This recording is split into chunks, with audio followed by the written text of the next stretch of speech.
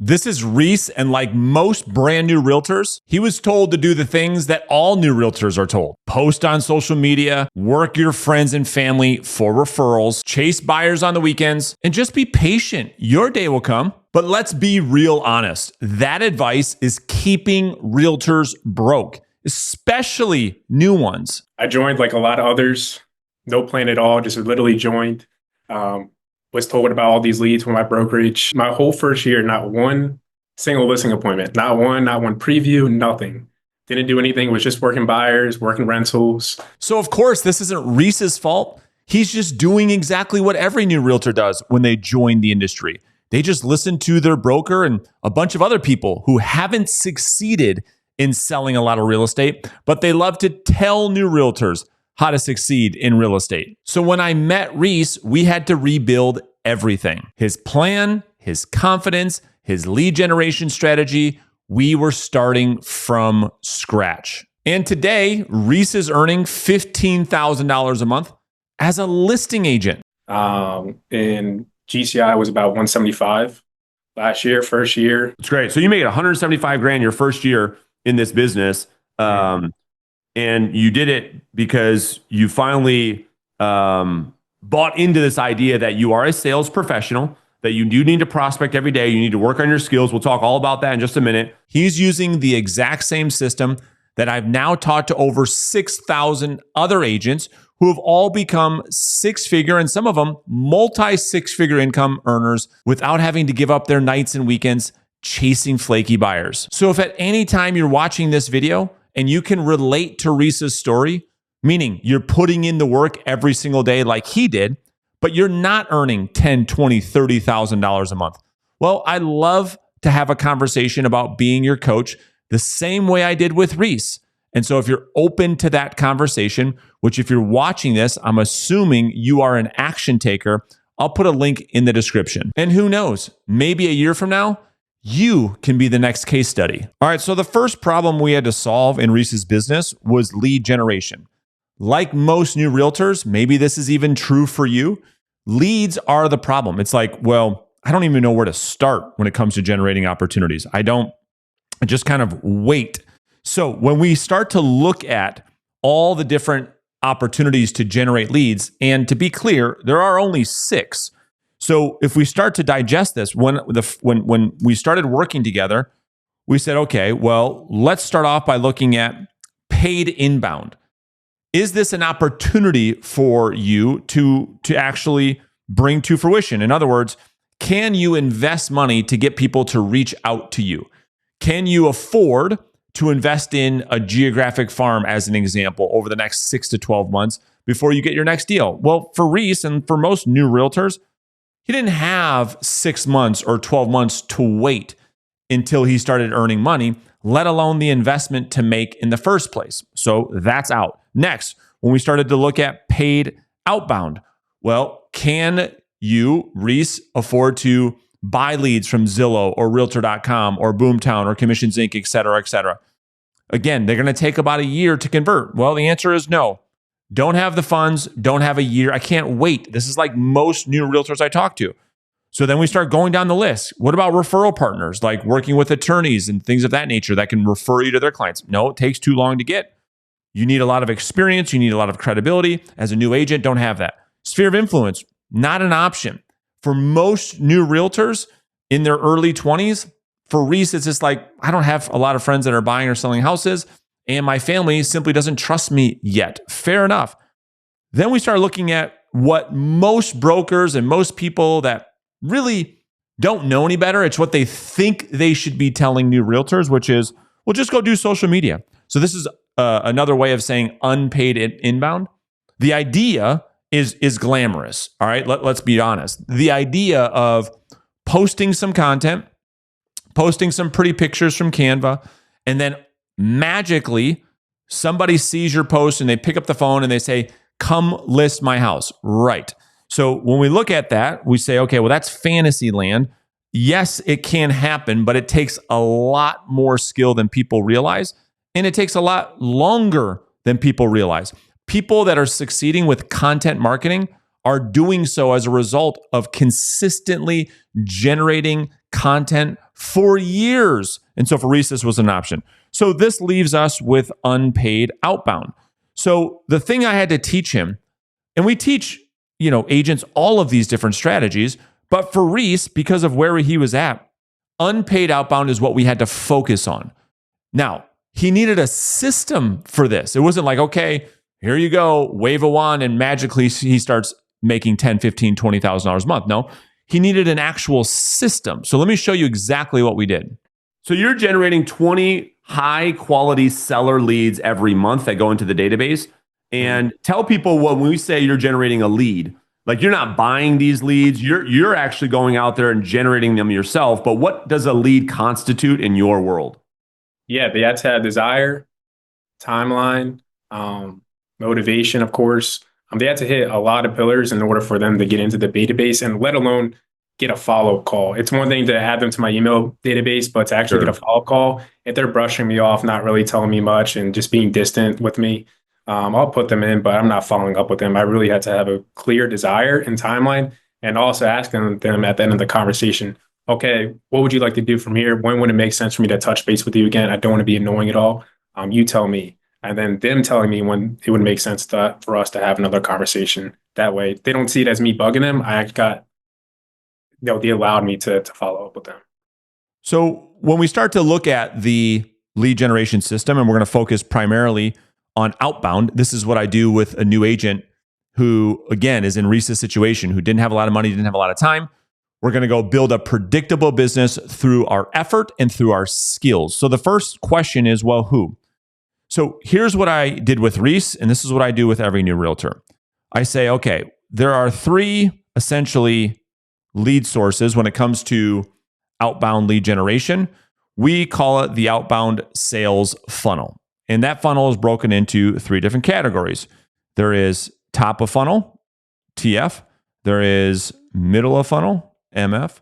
And then there's three, bottom of funnel. So in Reese's situation, there's pros and cons to going after leads that are at the bottom of the funnel, but there's also downside to that. So as an example, if we put in a lead generation strategy that is primarily bottom of funnel business, that will be the quickest way to start generating money, which is what we had to do with Reese. And so in the beginning, this is where we focused. We focused all of our attention on now business that could convert as fast as possible. However, the problem with that was it's so competitive. So we're going to talk about in just a second, how did we create a skill set? And I'll have Reese share this with you in just a minute. What was the skills he had to acquire to make this system work? So that's the first thing, the who. So we started going after bottom of funnel business, things like what we call early bird expired listings. We had new expired listings. We had old expired listings. We had, we'll say, new withdrawns and then new canceled listings. So this was the makeup of the lead generation. Now, the next question is, well, okay, fine. We know who. How are we going to do this? Well, we know it's direct to consumer prospecting. So in Reese's case, we taught him how to call these people, how to proactively reach out to them via text, via email, via direct message, all of these different avenues. But the next question is, okay, well, what do I say? Like, what is the messaging that I use?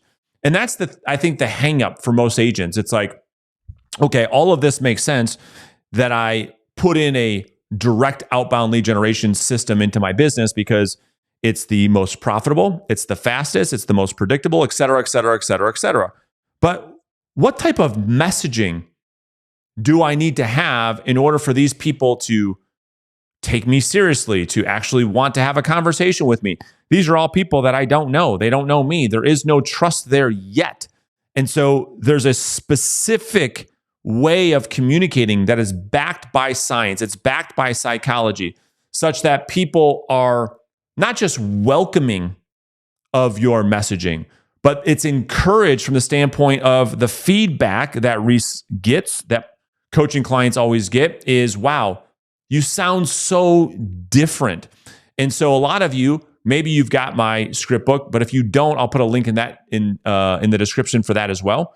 You can grab it and see exactly what I'm talking about when it comes to the different language patterns. Because, I mean, let's be real. If you're going to go after this bottom of funnel business because it's the fastest way to money, you are going to compete with some pretty talented agents. However, those agents sound just like used car salesmen, and they're winning by pure volume and force. See, what I teach is the complete opposite of that. How do we approach the conversation with these homeowners such that they appreciate you reaching out? On the initial phone call, on that initial prospecting conversation, is there a sales skill that you have learned through the work that you and I have done together that has helped you the most? I know there's a lot. I know that's a big question, but is there a technique that you like the most that when you use it helps you to convert on these initial phone calls? And it's hard to pick just one. I was actually telling my role play partner this morning. I think another big one, once you get really good at it, is ARPing.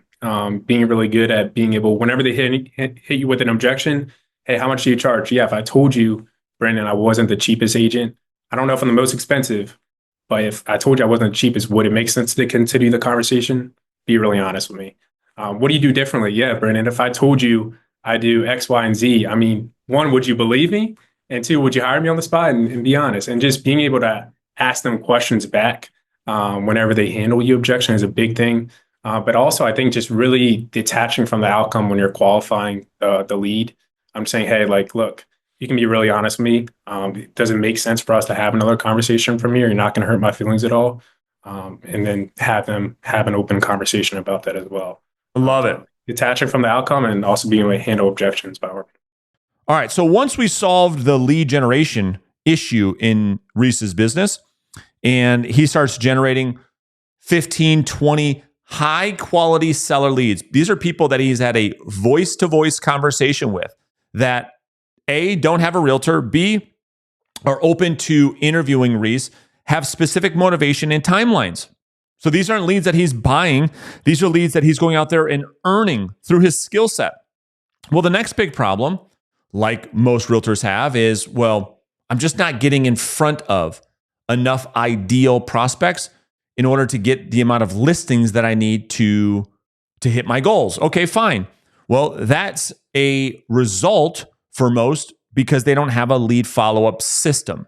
So the next thing that I had to focus on with Reese is we have to put in a lead follow-up system that allows you to take those leads that you're generating every month and turn them into high-quality face-to-face appointments. Ones where the consumer is inviting you to come to their home and have a conversation about selling their house. So the system includes many different things, but we're talking about what is the phone call that needs to be had? When does that phone call need to happen? What do I say on the phone call? What text messages do I send? What emails do I send? What direct mail do I send? So these are all the things that we had to put in place for Reese so that he could start converting all of those leads into appointments on a consistent basis. What do you do for lead follow-up? How do you nurture this person until they're ready to finally meet with you? Yeah, so a couple things. One, mailbox power. I'm also big on handwritten cards. I'm doing that after every follow-up call too. On the initial call, on every follow-up call, I'm giving them a thank you card as well. I have a thing called Real Scout. It sets them up on a market activity alert, home value alert, but I'm also sending them a video text time to time with links to properties in their neighborhood that have sold, active, whatever it's been recent in their neighborhood. That way, I'm not just following up with them to following up with them, but also providing value with them for them at the same time.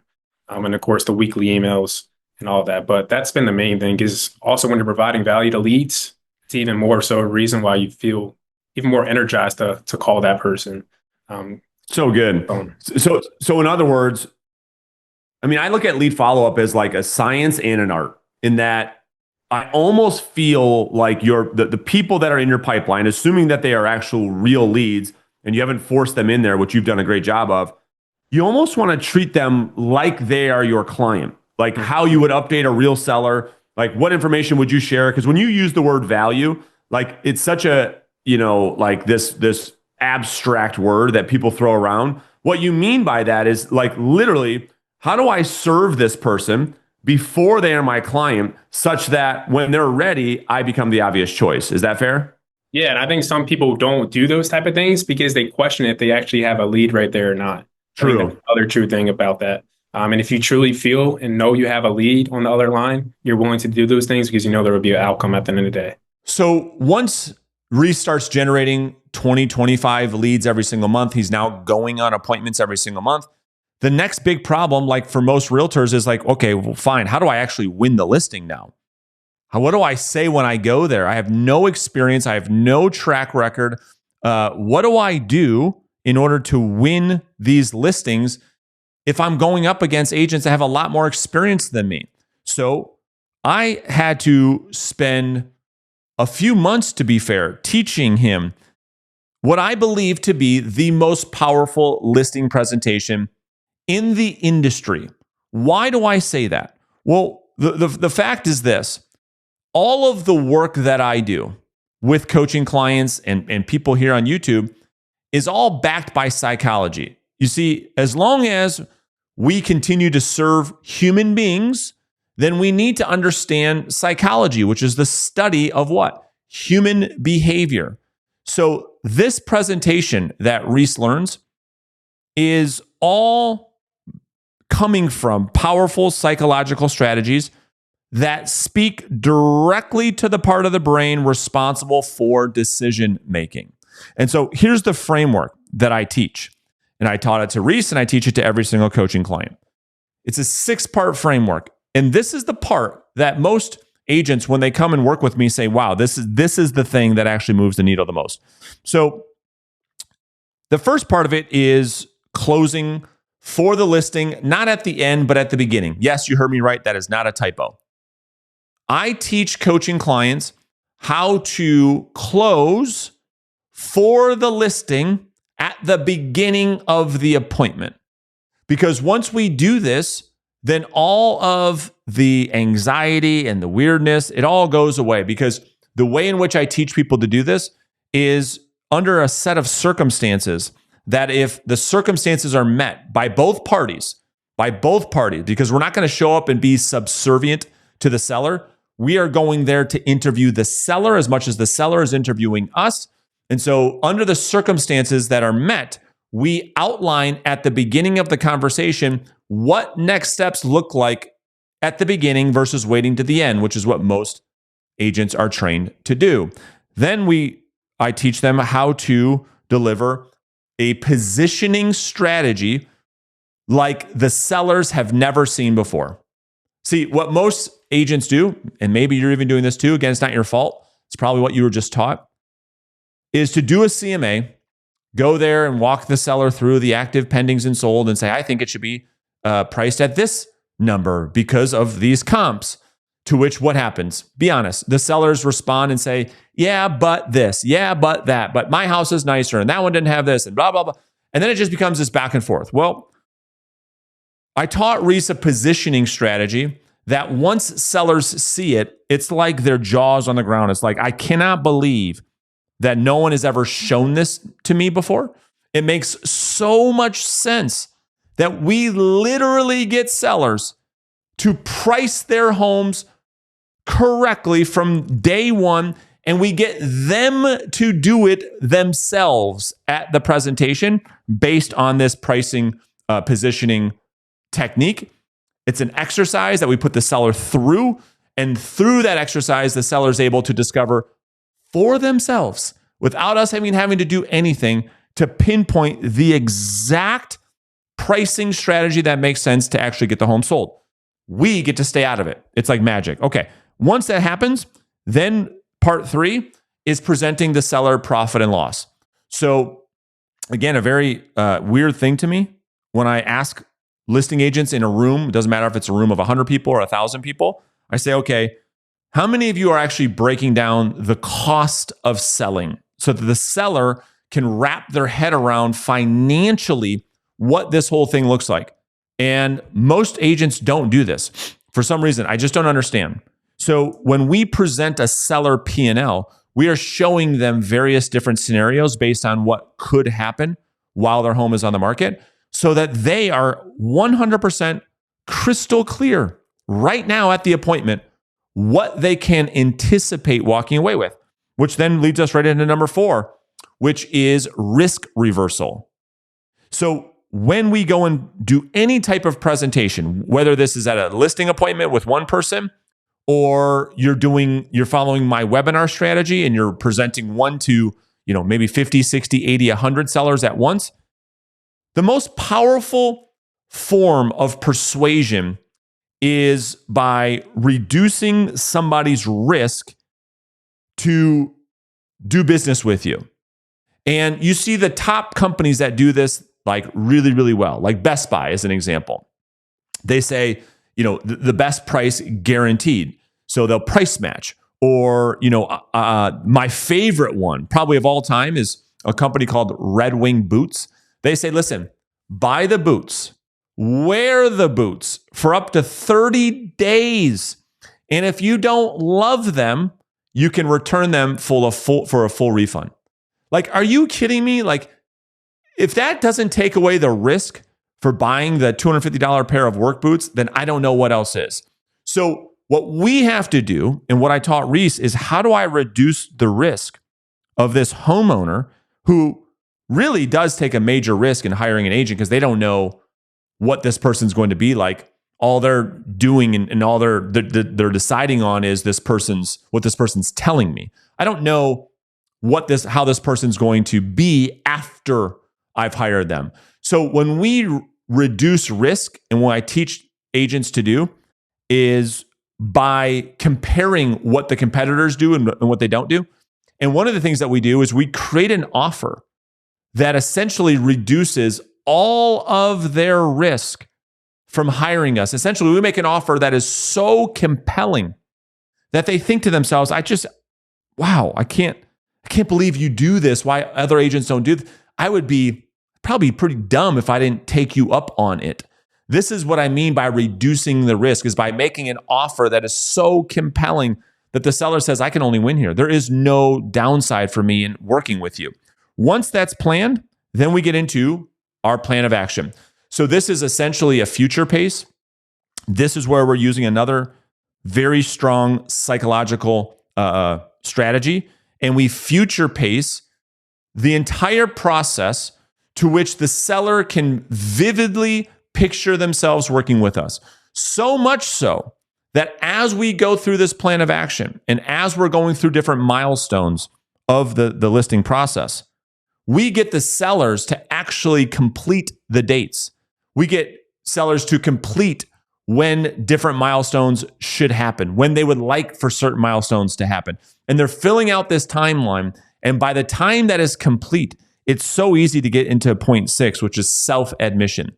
This is how we get sellers to verbalize that we are the right agent for them. We don't try to convince. We don't try to sell. We get them to admit by themselves, through their own words, through their own experience, that we are in fact the right agent for them. This is what I had to teach Reese to do in order to go out there and compete with agents that had a lot more experience than him. So let's shift to the actual listing appointment. Mm-hmm.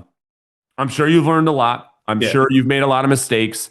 Are there a few insights that you can share with the audience that has helped you at the listing appointment actually acquire and win your ideal clients? Yeah, I think the biggest thing for me is the upfront agreement. I mean, that's by far. I think also with my age, I'm 22. So seeing a younger person come in and truly detach from the outcome and not feel like he needs a listing, I think that stands out to a lot of people that I personally met. And also people that I've met with really truly feel like I'm different because of that. I can detach from that. But also just the stuff you teach us with the pricing presentation and actually being able to show people, what you do differently and not sounding like a mule like every other agent, I think really showcases how we're different and not like every other else. And you're confident going into the listing presentation because you're not pitching them or selling them on what everyone else is selling them, pictures, 3Ds, floor plans, and truly, truly different from the rest. How did you get that mindset at such a young age? I mean, you just said something. You go into the listing appointment not needing the listing. Easier said than done, but how do you have that at such a young age and you're so new in your career? I would say I know if I'm consistent like I have been for the last year, if I'm calling 3 hours a day, 5 days a week, I know there's no way I can lose. And I know there's a new listing to be had. And I've had to walk away from listings before. And I just think you can't be desperate. If you're desperate, they're going to see it right through your teeth, through your eyes, especially at a young age. So it's even more important to detach, I think, when you're a younger agent going into it. And just being confident. I mean, that's the number one thing at the end of the day. So I just showed you a deep dive of exactly what we did to help Reese go from zero to $15,000 a month as a listing agent. I showed you bits and pieces of the actual interview I did with him. If you want to see the entire interview where Reese shares his entire story, you can watch this video next.